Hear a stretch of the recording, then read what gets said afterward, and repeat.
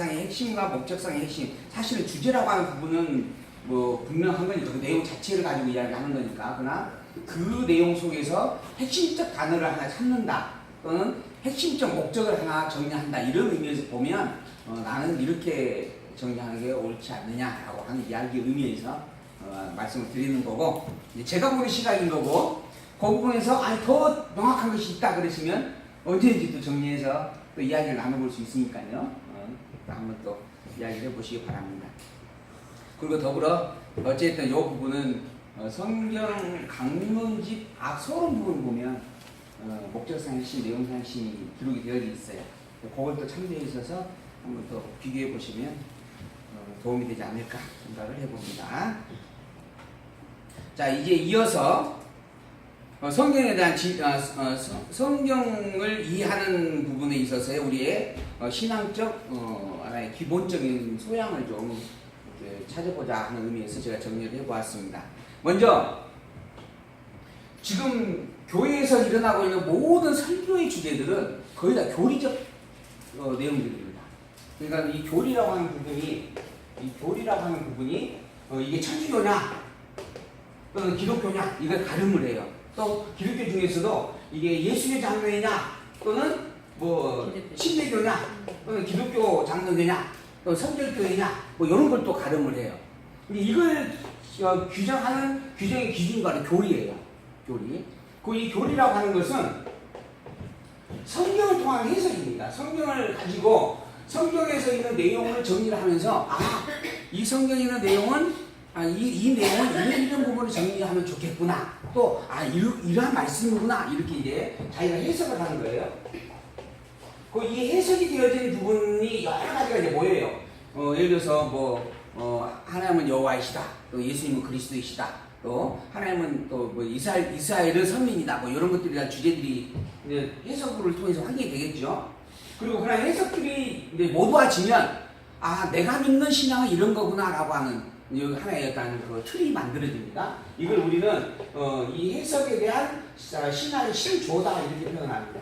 자기의 신앙의 조항들, 내가 믿는 신앙은 이런 것들이다. 이게 딱 한 가지만 있는 게 아니고 여러 가지들이 이제 모두와지는 거죠. 근데 이 모두와지는 것들이 사람마다 다 달라요. 그러다 보니까 이제 신학자들을 통해서 이걸 명확하게 규명하는 하나의 틀을 만들어냅니다. 그게 바로 이제 하나의 교리가 되어지는 겁니다. 이제 학자들에 의해서 그게 이제 수정, 보완, 편집이 되어져서 하나의 핵심적 규제로 만들어지는 거. 이게 이제 교리가 되어지는 거예요. 그리고 그 교리에 의해서 어떤 데는 예를 들어서 이제 이 기독교와 침례교의 가장 큰 특징이 뭐냐면, 다른 일반 기독교는 성찬식이나 성례식을 할 때, 안수를 할 때 이렇게 물을 찍어가지고 머리에다 이렇게 해서 안수를 해요. 이거 이제 손으로 이렇게 물 찍어서 한다 해가지고 이렇게 표현하는데, 근데 이 침례교는 성경을 보니까 예수님이 세례 요한에게 안수를 받을 때 보니까 강에 가가지고 강 속에 몸이 쑥 들어갔다 나왔다. 온몸의 물속에 들어갔다 나오는 것이 진짜 안수의 한 방식이다. 이런 교리를 만든 겁니다. 여기 그 교리를 채택을 한 거예요. 그래서 그 교리를 주장하는 부분을 가지고 그럼 우리는 침례교라고 하겠다 해가지고 이야기를 하는 거예요. 이름을 붙인 겁니다. 그래서 침례교는 이렇게 세례를 베풀 때 이게 목욕탕에다 물 받아놓고 다라에다 물 받아놓고 쑥 들어갔다 나오는 방식으로 그렇게 행위를 하고 있어요. 실제로 의식을 해납니다. 근데 이런 식으로 이제 교리가 나오는 거예요. 그 교리에 의해서 각각 이제 하나의 자기들의 교단들이 이제 형성이 돼요. 우리는 이런 식으로 믿겠다 이런 형태가 되는 거지. 우리는 저런 식으로 믿겠다 이렇게 되는 거지. 천주교는 마찬가지예요. 기독교는 기본적으로 예수를 그리스도 믿는 교단이 기독교입니다. 가장 쉽게 표현하면 예수가 그리스도라고 믿는 거예요. 그게 그런 존재들을 기독교라고 해요. 천주교도 예수가 그리스도라고 믿는다 그래요. 가서 물어보면 우리도 예수님이 그리스도라고 하는 것을 믿어? 하고 이야기합니다. 근데 기독교의 특징은, 기독교는 예수가 그리스도를 믿는데 예수님만이 그리스도라고 믿는 거예요. 근데 천주교는 예수님을 그리스도라고 믿는데 예수님 이외에도 그리스도가 있다 이렇게 믿는 거예요. 또 더불어서 기독교는 이 기독교는 오직 성경만이 성경만이 하나님의 말씀이다라고 믿는 거예요. 이게 본질이에요. 그러니까 출발점. 근데 천주교는 아니다. 성경도 하나님의 말씀이고 성경 이외의 역사도 하나님의 말씀이다. 이렇게 믿는 겁니다. 이게 달라요. 그런 것들이 달라지는 부분이 이제 교리 때문에 그러는 거예요. 그래서 천주교는 성경 플러스 자기들의 교리서가 이게 하나 가미가 되어 있어요. 이런 식으로 이제 그 교리라고 하는 것에 의해서 이제 각각에 대한 이렇게 교단들이 구별이 되어집니다. 근데 문제는 이 교리가 완전하냐라고 하는 거예요. 이 교리는 완전할 수가 없습니다. 완전하지 않기 때문에 이렇게 나누어지는 현상이 나타나는 거예요. 너는 그렇게 믿느냐, 나는 이렇게 믿는다라고 이야기하는 거거든요. 그래서 이 교리는 이 나타나는 현상만 봐도 완전한 것이 아니다라고 하는 것에 대한 명백한 증거를 가지고 있어요. 그럼 뭐가 완전한가? 사실 이 성경만이 완전한 거예요. 성경만이 유일의 진리입니다. 유일의 진리이고 절대적 기준이에요. 거기에 인간이 해석을 해요. 그럼 해석을 한다라고 하는 것은 성경에 있는 내용이 제대로 다 그대로 다 이해가 안 되니까 그걸 이렇게도 해석을 해보고 저렇게도 이해를 해보려고 노력을 하는 거죠. 그게 해석이거든요. 근데 그렇게 해석을 하는 이 부분에 있어서 이 진리에 대한 부분에 대한 내용이 제대로 알지 못하니까 이해하려고 몸부림치는 건데 뭐가 수반이 되냐면 인간의 이성이 수반이 되어지는 거예요. 인간의 이성이 그곳에 가미가 되어지는 거예요. 그래서 이 말씀은 이런 뜻이야. 그러니까 아까 제가 제일 처음에 말씀드렸던 요한복음 5장 39절 너희가 성경에서 영생을 얻는 줄 생각하고 성경을 상고하거니와 이게 사람들은 영생을 얻는다는 생각을 가지고 성경을 본 거예요. 그게 그 사람들이 가지고 있는 이해의 해석이었어요. 성경에 대한 해석적 관점이었죠. 근데 예수님께서 이 성경에 대한 내용을 해석해 주기를 뭐라고 했냐면 이 성경은 영생을 가르쳐주는 책이 아니고 나에 대한 기록이다. 그리스도에 대한 기록이다. 이렇게 이제 해석을 해준 거예요. 그러니까 영생을 바라보고 이해하려는 자들이 있고 예수님이 그리스도라고 하는 것을 바라보고 이해하는 자들이 있을 수밖에 없는 겁니다. 이렇게 해석은 구별을 만들어내고 양분을 만들어내게 되어 있어요. 근데 문제는 바꿔 말하면 지금 이제 우리가 이제 예수님께서 하신 말씀 우리는 이제 맞다라고 이야기를 하니까 그러니까 성경에 대한 해석에 올바른 것은 그 말씀이 예수님에 대한 기록이구나라고 보는 게 참 정답인 거죠. 그럼 바꿔 말하면 지금 영생을 구하기 위해서 성경을 보는 자들은 성경을 잘못 본 것이 돼요. 즉 잘못된 해석을 하고 있는 것이죠. 이러한 부분에 있어서 이 성경이라고 하는 이 절대적인 참 진리인데 이것에 대한 다른 이해가 있고 잘못된 이해가 있을 수밖에 없다라고 하는 겁니다. 이게 플러스 알파라고 하는 부분과 마이너스 알파라고 하는 부분이 있을 수 있게 되는 거죠. 즉 올바로 더 진짜로 가질 수도 있고 아니면 변질될 수도 있는 거예요. 잘못된 해석을 가질 수도 있게 되는 겁니다. 근데 그런 것들이 모여졌어요. 그러니까 이것도 올바른 것이 있고 잘못된 것이 있을 수밖에 없죠. 그런 것들을 근거로 해서 만들어진 게 교리입니다. 이 교리는 그 자체가 온전하고 완벽한 게 아닙니다. 오직 완벽한 것은 성경뿐이에요. 그래서 어떤 것이든 간에 다시 한번 과연 이게 성경에 있는 말과 옳으냐 그러냐 라고 하는 비교를 해봐야만 돼요. 오직 기준점은 성경밖에 없습니다. 기독교 신앙의 기준점은 유일 진리인 성경밖에 기준점이 없어요. 목사님들이 하는 수많은 이야기가 있어요. 아까 말씀하셨지만 어떤 목사님은 이렇게 이야기하고 어떤 목사님은 저렇게 이야기를 해요. 여기 있는 목사님과 내가 하는 이야기가 달라요.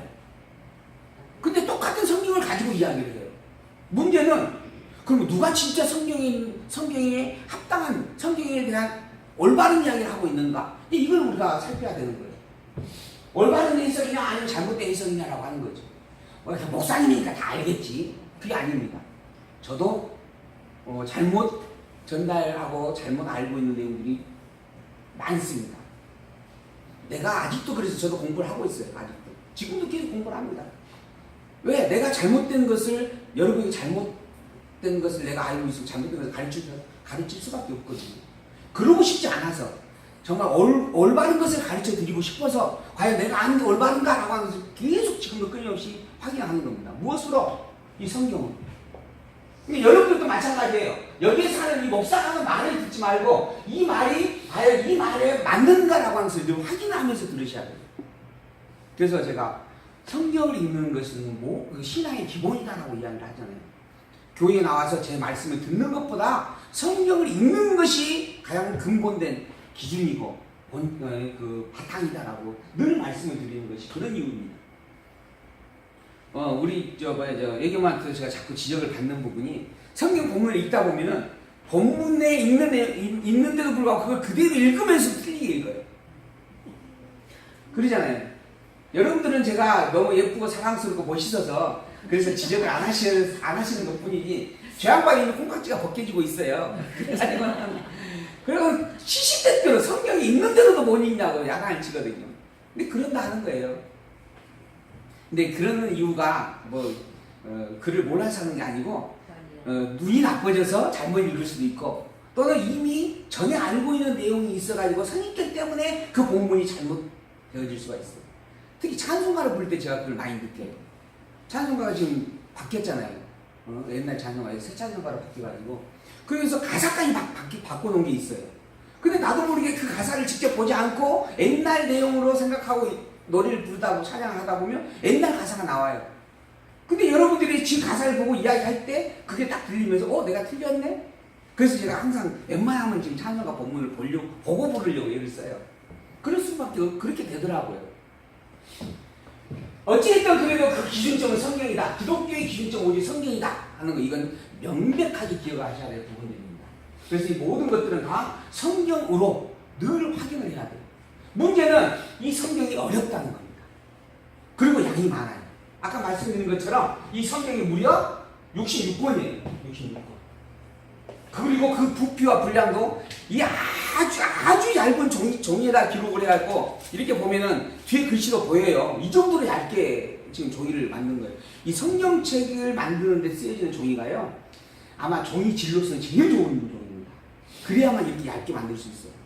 그렇게 만드는데도 불구하고 이 어마하게 두껍잖아. 이거 한번 읽으려면 얼마나 걸릴 것 같아요? 이거 한번 처음부터 끝까지 다 읽어보겠다. 다 읽어보셨죠? 3년. 안 읽어보셨어요? 읽어봤죠? 집사님은 몇 번이나 읽으셨어요, 성경? 지금까지 신앙생활 하시면서? 한 번은 정확하게 다 한 번은? 권사님은? 세 번. 권사님은 쓰시면서 읽었기 때문에 3번은 분명히 읽었겠구만. 그렇게 읽는데 권사님은 신앙생활 몇 년 했어요? 어렸을 때부터 계속. 어렸을 때 했으면 지금 한 70년 하셨네? 네. 70년에 3번 읽은 거예요, 쉽게 이야기하면. 제가 열심히 저는 이제 성경을 가르쳐야 되는 입장이니까 열심히 성경을 제가 그래서 읽어요. 근데 의무적으로 그래서 저는 아예 하루에 정해놓고 읽습니다. 근데 그렇게 읽어도 하루에 5장, 6장씩 읽어도 1년 반이 걸린다니까요. 이 한 번 읽는데. 근데 1년 반 후에 뒤에 요한계시록 읽고 있어요. 창세기가 기억이 나요? 이렇게 어려운 게 성경이에요. 그러니 누가 필요해? 성경을 가르쳐주는 선생님이 필요할 수밖에 없는 겁니다. 저 같은 선생님이 필요할 수밖에 없는 거예요. 그래서 이제 그 선생을 통해서 우리가 성경을 확인을 해가는 겁니다. 중요한 것은 성경의 그럼 구조가 어떻게 되어 있느냐. 아까 말씀드린 것처럼 성경은 오직 한 가지 목적을 가지고 기록된 것입니다. 그게 뭐냐? 계시예요, 계시. 어떤 계시? 하나님이 당신이 누구인가라고 하는 것을 알게 해주기 위한 계시예요. 그래서 성경은 누구에게 물어봐도 기독교를 조금 아는 사람한테 이야기를 해보면 하나님의 말씀, 즉 하나님 계시사다라고 하는 것은 거의 100% 동일합니다. 누구든지. 그리고 더불어 또 한 가지가 붙는다면 하나님의 계시사인데 특별 계시사다 이렇게 이야기합니다. 특별 계시사. 하나님이 당신 누군지를 우리에게 알려주기 위해서 특별하게 기록해 놓은 것. 이게 성경이에요.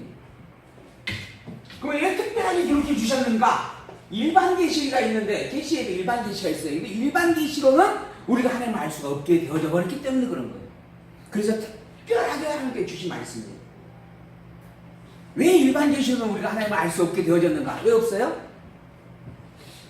일반 계시로는 우리가 하나님을 알 수가 없어요. 왜 없어요? 아담이 범죄에서 타락해버렸기 때문에 그래요. 타락함으로 말미암아 하나님을 잊어버린 것이 돼요. 타락이라고 하는 말이 그런 뜻입니다. 하나님으로 말미암아 만들어졌고 하나님이 주인인 것을 알다가 선악과를 따먹고 자기가 주인이 되어지면서 하나님이 주인 대신 하나님을 잊어버리고 하나님을 망각하게 된 거예요. 이게 타락의 일단 결과입니다. 타락으로 인한 죄의 속성이죠. 그게.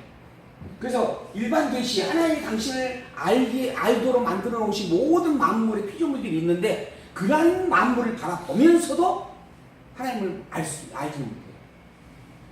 잊어버려서. 그리고 자기 생각대로 하나님을 만들어내요. 아, 하나님은 이런 분일 거야. 하나님은 저런 분일 거야. 하나님은 이런 모양을 가졌을 거야. 하나님은 저런 모양을 가졌을 거야. 그게 이제 산신령이 되어지고 또는 이제 용왕신이 되어지고 그 이제 몰렉이 되어지고 우상신이 만들어지는 거예요. 그렇게 만들어진 겁니다. 근데 그게 하나님 아니에요. 그거 다 가짜예요. 진짜 참 하나님을 잊어버린 상태에서 만들어지는 인간이 자기 생각대로 만들어낸 신들입니다. 그걸 우리는 우상이다 이렇게 이야기해요. 거짓신이다. 그런데 그런 거짓신 속에 살아가는 인간들 가운데 하나님 당신께서 당신의 백성으로 택하여 놓은 백성들이 있어요. 그래서 그 백성들에게 야, 내가 너희들에게 참된 하나님이 누군지 알려주겠다 하고 기록을 한 겁니다. 이게 성경이에요. 그래서 성경 말씀을 우리는 하나님이 당신을 알게 해주는 특별한 말씀이다, 특별성이다 라고 이야기하는 겁니다. 이 성경이 가지고 있는 주제가 뭔가? 아까 이야기했죠. 그 주제, 나는 누구다? 여호와이다 하는 겁니다. 나는 여호와다. 이게 성경이 말하고자 하는 말씀의 핵심이에요. 너희들이 지금 결국 인간은 타락을 했지만은 만들어진 존재이기 때문에 본향을 그리워하는 존재입니다. 본향을 그리워하고 사는 것처럼 늘 인간은 본향을 생각하며 살 수밖에 없어요. 바탕이 그렇습니다. 그래서 늘 본향, 즉 천국을 그리워하는데 이미 천국이 무엇인지, 천국이 참된 천국을 잊어버렸어요. 참 하나님을 잃어버렸어요. 그러니까 자꾸 그 하나님을 대체하는 뭔가를 만들어내려고 애를. 그게 다 우상신입니다. 거짓신앙 그래요. 불교가 그렇게 만들어지고 유교가 그렇게 만들어지고 인간의 어떤 신앙적 사고의 모든 그 종교들이 다 그렇게 만들어진 겁니다. 그래서 이제 종교를 정의하는 학자 입장에서는 종교란 사람이 자기의 위안을 삼기 위해서 만들어낸 결과물이다 라고까지 이야기해요. 근데 원래 종교는 그게 아닙니다. 원래 종교는 피조물이 그 주인된 창조주를 경배하는 것이에요. 이게 종교예요. 나의 주인이 누구이다라고 하면서 인정하고 사는 거예요. 이게 신앙이에요. 원래대로 표현한다면. 근데 이게 잘못되어 버리다 보니까는 자꾸 어떤 것을 만들어내는 거예요. 이 하나님 대신해서.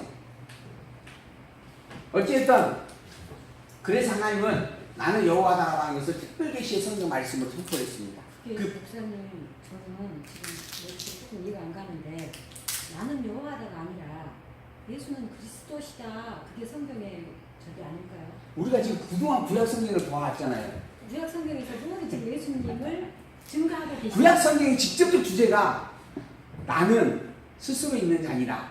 나는 너희를 애굽 땅에서 이끌어낸 여호와니라. 수없는 주제를 우리가 그 내용을 봤잖아요. 그러니까 그 말씀 중에서 그 말씀들이 결국은 가서 내가 예수 그리스도를 예언하고 있다. 지금 이렇게 그러죠. 이게 내가 여호와인데 내가 여호와인 것을 너희들에게 알려주려고 너희를 애굽에 보냈고 내가 여호와인 것을 깨달아 알게 하려고 너희를 애굽에서 건져냈고 내가 여호와인 것을 알게 하려고 홍해를 갈라주었고 내가 여호와인 것을 알게 하려고 모세에게 율법을 줬고 내가 여호와인 것을 알게 하려고 이제는 그리스도를 보내겠다 라고 한 게 구약의 내용이잖아요. 결국 이제 그게 뭐냐면 모든 것이 통틀어져 가서 예수는 그리스도시다. 이렇게 윤백상통처럼 가야 된다고 생각하거든요. 근데 구약은 예수 그리스도를 애원하고 신약은 예수 그리스도가 오시고 성취하고 이게 저는 이제 성경의 기본 맥으로 보기 때문에 아까 핵심도 예수. 근데 이제 그렇다고 한다면 제가 지금 이야기했던 나는 여호와다라고 하는 말과 예수가 그리스도가 말은 같은 말이 아니잖아요. 일단 제가 그러니까 같은 말은 아닌데 그 내용을 담고 있는 말이지. 전체적인 맥락을 따지자면 저는 그렇다. 그러니까 내가 이 이야기를 하는 것도 그 의미예요. 지금 특별계시라고 이야기하면서 특별계시는 곧 하나님이 누구인지 알려주는 거잖아요. 예수 그리스도. 예수 그리스도 알려주는 거 아니에요. 예수 그리스도를 믿어야지만 우리는 천국에 가기 때문에. 당연히 그러죠. 그런데 우리는 나는 여호와다가 중요한 게 아니고 예수는 그리스도가 시다가 우리 성도들한테 지금 중요한 말이잖아요. 예수는 믿어야 되니까.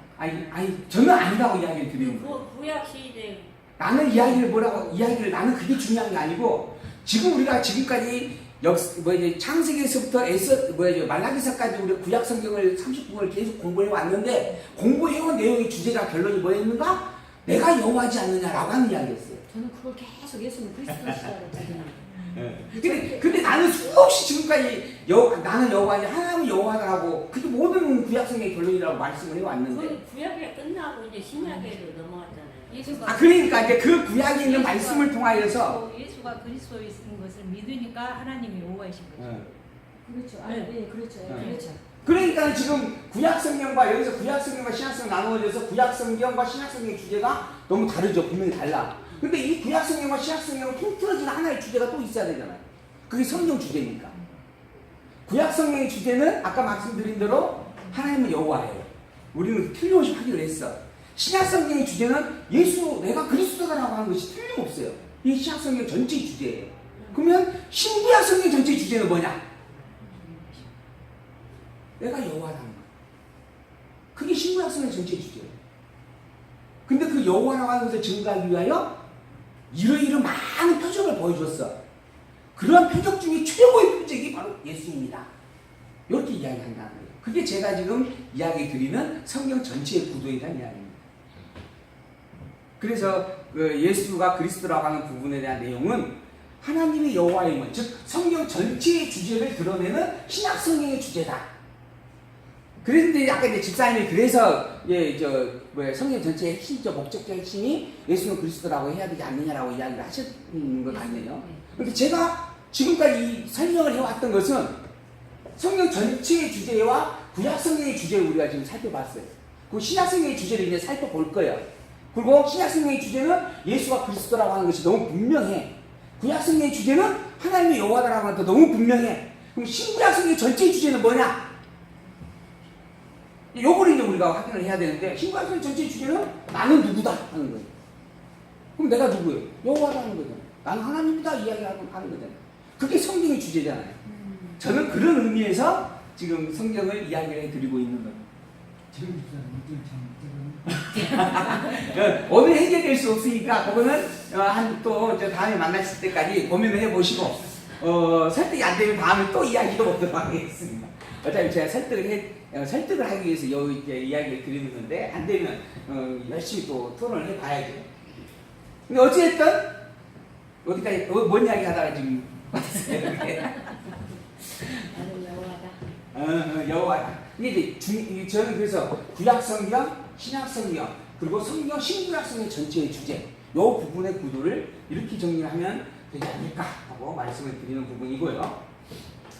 이 교리가 그래서 성경은 그걸 확인을 해야 된다, 확인되어야 된다 하는 말씀을 드리는 부분입니다. 문제는 이 성경을 우리가 보면 절대적 기준적으로 보는데 이 성경은 어떻게 형성이 됐는가? 이걸 알아야 돼요. 그래서 이제 그 이야기입니다. 성경이라고 하는 것을 이야기하면 반드시 빠지지 않는 게 정경이라고 하는 것과 외경이라고 하는 것이 있습니다. 정경은 뭔가? 우리가 지금 가지고 있는 이 성경 66권, 이걸 정경이라고 해요. 외경이란 뭔가? 이 성경 66권 지금 우리가 가지고 있는 성경 이외에 또 다른 많은 예수님에 관계된 이야기거리가 있어요. 예를 들어서 도마복음이라든지 또는 베드로복음이라든지 또는 도마복음이라든지 이런 많은 예수님 당시에 예수님의 제자들이 12명이었잖아요. 그리고 그 주변에 있는 많은 또 다른 백성들도 제자들도 있잖아요. 그 사람들이 또 역사가들이 있어요. 그 사람들이 그걸 직접 본 것을 나름대로 다 기록을 한 기록서들이 있습니다. 그런 기록들이 지금 많이 발견이 됐어요. 문제는 그러한 기록들이 성경에 들어갈 수 있느냐 없느냐라고 하는 것에 대한 논쟁이 있을 수밖에 없었죠. 그걸 정리하는 과정에서 나와졌던 게 정경 논쟁입니다. 성경을 어떤 것을 우리는 하나님의 말씀으로 인정하고 어떤 것은 하나님의 말씀으로 인정할 수 없다. 이걸 어떻게 정리할 것이냐라고 하는 끊임없는 토론을 하게 되는 거예요. 그 중에서 사실 이미 이 정경 논쟁이 있기 이전에 구약 성경은 이미 39권 전체가 이건 명문화되어져 있었어요. 이게 구약 성경 가지고 정경 논쟁을 하진 않았어요. 할 수가 없었죠. 이건 너무 이미 그 이전에 못이 박혀 있는 상황이었으니까. 근데 문제는 신약 성경이에요.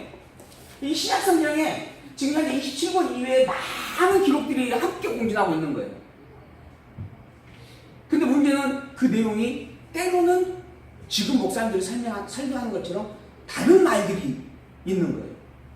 예수님이라는 이야기가 있는데 예수님이라는 이야기가 다른 데는 전혀 기록이 없는데 여기만 기록된 것도 있고 또 예수님의 말씀을 여기에서는 이렇게 똑같은 말로 이야기하고 있는데 저기는 좀 다른 말로 기록한 것도 있고 이런 식으로 다른 것들이 있는 거예요. 그리고 그런 것들이 다 한 낫권씩 해가지고 각 교회마다 이렇게 돌아다니고 있는 거예요. 편지 형식으로. 그때는 이렇게 한 권으로 묶어지지 않았어요. 이렇게 한 권으로 묶어진 것은 1300년대 문해군 시대에 인쇄술이 발달하면서 이게 묶어지기 시작한 거거든요. 그 이전에 다 가까이 권수로 있었어요. 그리고 그것도 누구나 가서 볼 수 있는 상황이 아니었어요. 오직 천주교, 지금의 이제 로마 가톨릭이죠. 그 로마 가톨릭의 그 교단 안에 있는 그곳에 비치가 되어져가지고 신부들만 특별히 이렇게 관람할 수 있는 부분을 허락받고 가서 봐요. 왜? 그 한 개밖에 없으니까. 그러고 난 다음에 나중에 이제 다 이거 필사해가지고 사본으로 이제 막 돌아다니기 시작을 하죠. 각 교회에. 지금은 인쇄술이 발달해서 이걸 그냥 막 몇천 곳이 몇만 곳이 찍어가지고 이렇게 배부가 되지만은 그때는 일일이 손을 써요. 그래가지고 이제 그 베낀 것을 가지고 이제 교회들이 공부를 하는 겁니다. 근데 베끼다 보면 또 잘못 쓰는 것들이 생기잖아요. 연애 편지도 내가 대신 베끼다 보면은 말이 또 바뀌게 쓰는 말들이 있잖아요. 이렇게 단어를 잘못 쓰는 경우도 있고 또 받침을 빼먹는 경우도 있고 이런 경우가 있을 수밖에 없어요. 그게 사본의 특징입니다. 원본을 그대로 베낀다고 해도 그 베끼는 순간 착오가 있어서 그렇게 있을 수밖에 없는 거죠. 근데 문제는 그 당시에 교회들이 볼 수 있는 것은 오직 그런 사본밖에 없었어요. 그러니까 어쩔 수 없이 그 사본을 보는 겁니다. 거기에다가 또 다른 많은 하나님의 말씀이다 해가지고 돌아다니는 책들이 있어요. 그러다 보니까 때로는 이런 혼돈이 생겨요. 그래서 교회들이 모여가지고 이걸 논쟁을 하게 되어집니다. 그게 정경의 형성사거든요. 처음에 사도시대 성경이 기록되는 과정에 있었는데 그 사도시대를 거쳐서 속사도시대가 되어지고 교부시대가 되어지면서 이제 이단들이 발생을 합니다.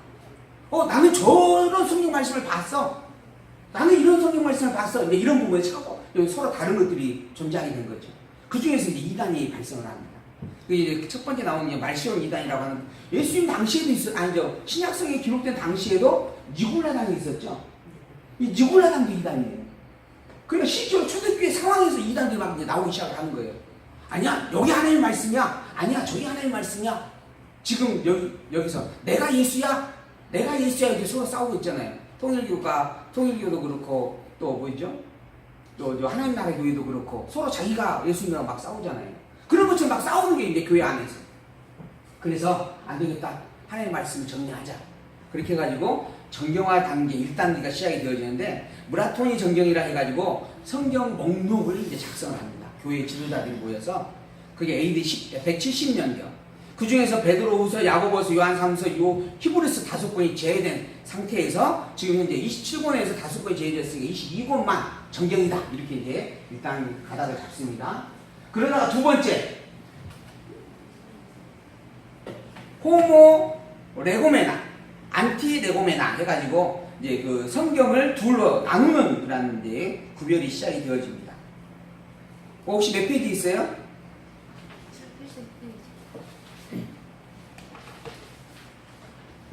정경화 단계 3세기 오리겐이라고 하는 사람에 의해서 호모 레고메나와 또 안티 레고메나라고 하는 부분으로 성경이 이렇게 구별이 되어집니다. 호모 레고메나는 누구에게나 수납되어지는 것, 이게 누구나 이거는 성경 하나님의 말씀이다라고 인정을 받고 있는 책. 안티 레고메나는 일부에서 인정이 되어지고 일부 교회에서 인정을 안 하고 있는 책. 이렇게 이제 구별을 지었어요. 그래가지고 두 종류를 나누었어요. 그 중에서 히브리서, 베드로후서, 야고보서, 요한 2서, 3서, 유다서 이 6권을 안티 레고메나라 이렇게 이제 구별해서 그거는 어느 교회에서는 인정을 하고 있고 어떤 교회는 인정 안 하고 있다 이런 식으로 구별을 지어놓은 겁니다. 그러나 27권을 여기서 이제 하나의 틀로 묶게 되어집니다. 그 이후에 3세기형 유세비우스라고 하는 사람에 의해서 호모 레고메나, 안티 레고메나, 노타라고 하는 부분으로 또 이렇게 성경을 구분합니다. 그러니까는 호모 레고메나, 안티 레고메나는 같아요. 그러면서 또 하나 아예 이건 성경이라 할 수 없다. 가짜 성경이다. 이렇게 이제 하나를 정해 놓은 겁니다. 그 부분이 이제 바울의 행전, 헤르마스의 목자서, 베드로의 계시서, 바나바 서신, 뭐 디다키 서신, 12사도의 교훈집, 솔로몬의 지혜서 이런 것들. 그게 그 당시 다 있었던 돌아다니고 있던 그런 하나의 말씀이라고 주장되어졌던 내용들입니다. 근데 그런 것들은 이건 성경이 아니다. 이건 하나의 말씀 아니다. 이건 가짜다라고 이제 규명을 하게 되어집니다.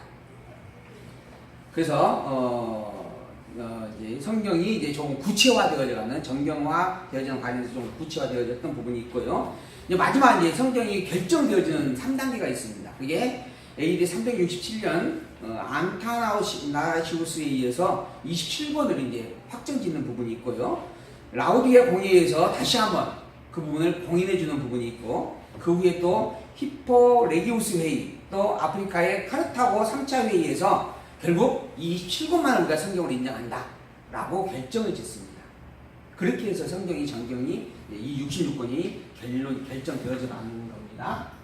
그러면 이 66권과 이 나머지 모든 것들 중에서 왜 이 66권만 우리는 정경이라고 이야기를 할 수 있느냐? 그 기준이 뭐냐? 그 기준이 있어야 되잖아요. 그 기준이 바로 뭐냐면 첫 번째, 사도가 기록을 했느냐 안 했느냐 하는 겁니다. 사도가 직접 기록한 것이 아니냐. 두 번째, 교회가 보편적으로 그것을 인정하고 있느냐 인정하지 않고 있느냐 하는 겁니다. 그래서 아까 호모 레고멘에 안티 레고멘이라고 이렇게 구별을 지은 거예요. 세 번째, 사실 이게 가장 중요합니다. 그 내용들이, 그러한 성경들이 성경 전체에 합당한 하나의 주제를 가지고 있느냐. 이게 통일적 논리성이에요. 통일적 논리성. 통일성. 논리적 통일성이 있느냐 없느냐. 이게 똑같은 말을 하고 있느냐 다른 말을 하고 있느냐. 지금 우리 집사님이 말한 것처럼 구약 성경은 하나님의 여호와가 이야기하고 있고 신약 성경은 예수는 그리스도라고 이야기하고 있는데 이게 어떻게 이건 지금 같은 말일 수가 없어요. 다른 말입니다. 근데 이 다른 말인데 이게 과연 하나일 수 있느냐 없느냐, 하나의 주제에 부합되느냐 안 되느냐, 이거에 이제 구약 성경의 진정한 참 주제가 뭐고 신약 성경의 진정한 참 주제가 뭐냐, 그것이 같은 것이냐, 이렇게 입증을 해가는 거예요. 이게 통일된 논리예요. 그래서 구약 성경의 주제가 분명하고 그 각각의 책의 주제가 분명한데 그 주제들이 신약 성경 전체가 말하고 있는, 즉 예수가 그리스도라고 하는 주제에 부합하냐 부합하지 않느냐.